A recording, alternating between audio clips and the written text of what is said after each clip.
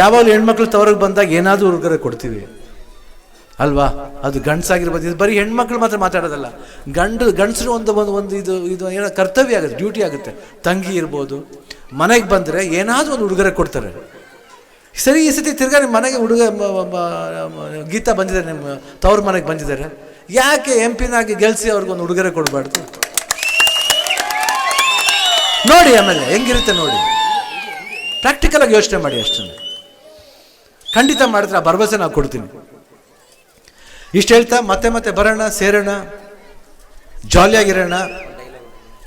ಏನು ಡೈಲಾಗ್ ಹೊಡೆಯೋಣ? ಇದೇ ಡೈಲಾಗ್ ಏನ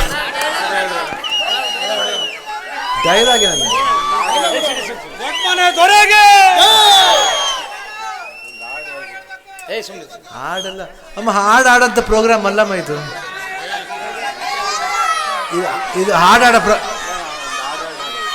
ಹಾಡಾಡೋ ಪ್ರೋಗ್ರಾಮ್ ಅಲ್ಲಮ್ಮ ಇದು. ಯಾಕಂದ್ರೆ ಅದಕ್ಕೆ ಗೆಲ್ಸಿ ಆಮೇಲೆ ಎಷ್ಟು ಹಾಡುಗಳು ಬೇಕು, ಒಂದು 24 ಗಂಟೆ ಆಡ್ತೀನಿ ಬೇಕಾರೆ, 24 ಗಂಟೆ ಕುಡಿತೀನಿ ಬೇಕಾರೆ, ನಿಜವಾಗ್ಲೂ. ಬಟ್ ಅದಕ್ಕೋಸ್ಕರ ಕೇಳ್ತಿಲ್ಲ, ಆದ್ರೂ ಆಡ್ತೀನಿ. ಯಾಕಂದ್ರೆ ಬೇರೆ ಸಮಾರಂಭಕ್ಕೆ ಬಂದ್ರೆ ನಾನು ಹಾಡೇ ಆಡ್ತೀನಿ. ಬಟ್ ಇಂಥ ಸಮಾರಂಭದಲ್ಲಿ ಬೇಡ.